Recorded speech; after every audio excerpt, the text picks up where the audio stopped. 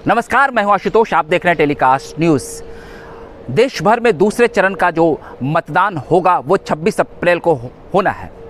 ऐसे में बिहार में भी दूसरे चरण के लिए 5 संसदीय लोकसभा सीटों पर मतदान होंगे, जिनमें 3 सीमांचल का इलाका है।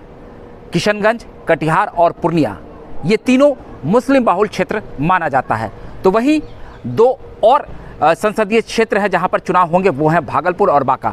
चलिए हम आपको अब सीधे ये समीकरण समझा देते हैं कि यहाँ पर जो मुकाबला है वो किसके बीच में है। देखिए, सबसे पहले हम बात अगर किशनगंज की करें तो किशनगंज ही एकमात्र सीट थी जो पिछले बार कांग्रेस ने जीती थी, यानी महागठबंधन कह ले या इंडिया गठबंधन कह ले। इस बार भी वहाँ पर कड़ा मुकाबला है। आप कह सकते हैं कि कांग्रेस का पलड़ा वहाँ पर भारी है। कांग्रेस के मोहम्मद जावेद इस बार फिर चुनावी रण में है। पिछली बार भी वो यहाँ से जीतकर सांसद गए थे मोदी लहर में। वही एकमात्र ऐसी सीट थी जिसमें कांग्रेस के सांसद मोहम्मद जावेद ने जीत दर्ज की थी। वही ओवैसी की पार्टी AIMIM से अख्तरुल इमाम भी चुनावी रण में है। तो जदयू की तरफ से मुजाहिद आलम है। मुजाहिद आलम भी इसी संसदीय लोकसभा क्षेत्र से 2 बार MLA रह चुके हैं। तो वही अख्तरुल इमाम भी 4 बार विधायक रह चुके हैं। यहाँ पर लगभग 70% की जो आबादी है वो मुसलमानों की है। आप समझ सकते हैं, बाकी के 30% की जो आबादी है उसमें हिंदू समुदाय से लेकर तमाम क्रिश्चियन और पंजाबी अलग अलग बिरादरी के लोग हैं। तो यहाँ पर मोदी फैक्टर की बात बहुत कम होती है। यहाँ पर इंडिया गठबंधन को लेकर एक तरफा माहौल बनता दिख रहा है। चलिए अब हम बात कर ले पूर्णिया की। पूर्णिया का चुनाव सबसे ज़्यादा हॉट सीट बना हुआ है। यहाँ पर इंडिया गठबंधन की तरफ से बीमा भारती चुनावी रण में है। तो वहीं भाजपा की तरफ से एनडीए की तरफ से संतोष कुशवाहा हैं जो जदयू के उम्मीदवार हैं। तो वहीं निर्दलीय उम्मीदवार पप्पू यादव भी यहाँ पर चुनावी रण में कूद चुके हैं। मैं आपको यहाँ का समीकरण समझा देता हूँ कि पूर्णिया में MY समीकरण की क्या स्थिति है। यहाँ पर लगभग आपको मैं बता दूँ कि 4,87,000 जो है मुसलमानों की संख्या है, वोटर्स हैं वो यहाँ पर। और यहाँ पर 1,27,000 जो हैं ज़्यादा वोटर हैं। वहीं एक और फैक्टर है, लगभग 12 लाख अति पिछड़ा और वेस्ट समुदाय के वोट हैं। इसमें अगर सेंधमारी होगी तो वो पलड़ा किसके तरफ जाएगा। अगर एनडीए को छोड़ करके पप्पू यादव या बीमा भारती की तरफ ये पोलराइजेशन होगा तो उनकी जीत हो पाएगी। ये इसी संसदीय क्षेत्र से बीमा भारती भी यहाँ पर विधायक हैं। पप्पू यादव भी यहाँ से निर्दलीय चुनाव जीत चुके हैं और पिछली दफ़ा यहाँ पर जदयू के संतोष कुशवाहा ने जीत दर्ज की थी। अब चलिए हम बात कर लेते हैं कटिहार की। कटिहार में तारिक अनवर 5 बार सांसद रह चुके हैं, लेकिन पिछली दफ़ा यहाँ पर दुलाल चंद्र गोस्वामी जो जदयू के हैं उन्होंने जीत दर्ज की थी। इस बार फिर दुलाल चंद्र गोस्वामी जो है चुनावी रण में हैं और तारिक अनवर फिर से उनके सामने कांग्रेस की सीट पर चुनाव लड़ रहे हैं। दुलाल चंद्र गोस्वामी को अपार जन समर्थन मिला था, इसीलिए यहाँ पर वो सांसद बने थे।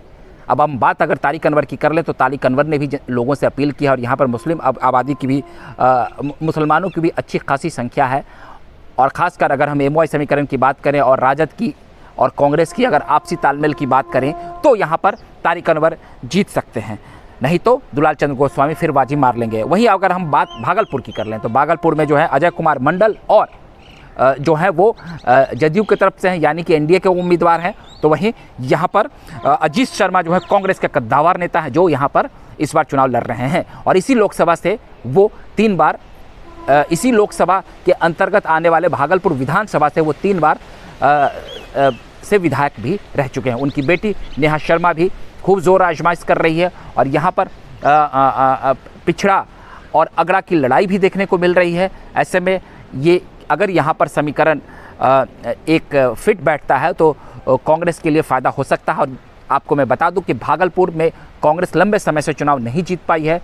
भागलपुर दंगा के बाद से कांग्रेस का जो MY समीकरण जो रहा है, खासकर जो मुसलमानों की आबादी रही है वो कांग्रेस से शिफ्ट कर गई है। पहले एक मुश्त उनका वोट जो है वो कांग्रेस को जाता था, लेकिन अब वो राजद में शिफ्ट हो गया। अगर राजद और कांग्रेस का फैक्टर यहाँ पर काम करेगा तो अजीत शर्मा और स्वर्ण वोटर्स अगर उनके तरफ एनडीए को छोड़कर आते हैं तो अजीत शर्मा को फ़ायदा होगा, अन्यथा यहाँ पर पिछली बार की तरह अजय कुमार मंडल फिर चुनाव जीत जाएंगे। और अगर हम बात करें अब बांका की बात कर लें तो यहाँ पर जदयू से गिरधारी यादव हैं, यानी एनडीए के प्रत्याशी हैं। तो वहीं राजद के बहुत पुराने और सबसे भरोसेमंद साथी जयप्रकाश नारायण यादव चुनावी रण में है।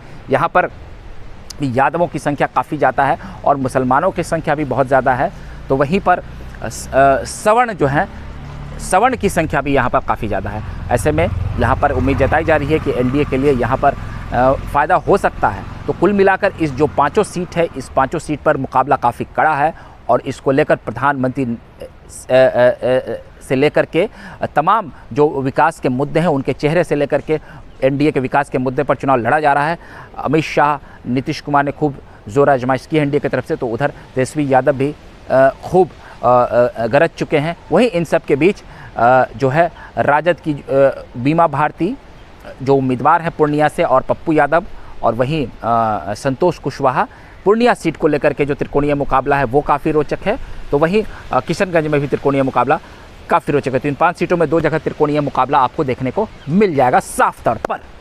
अगर आपको हमारा ये वीडियो अच्छा लगा हो तो उसे प्यार दे दें। अगली बार हम फिर नए वीडियो के साथ हाजिर होंगे, तब तक के लिए आप हमें इजाज़त दे दीजिए। बहुत बहुत धन्यवाद।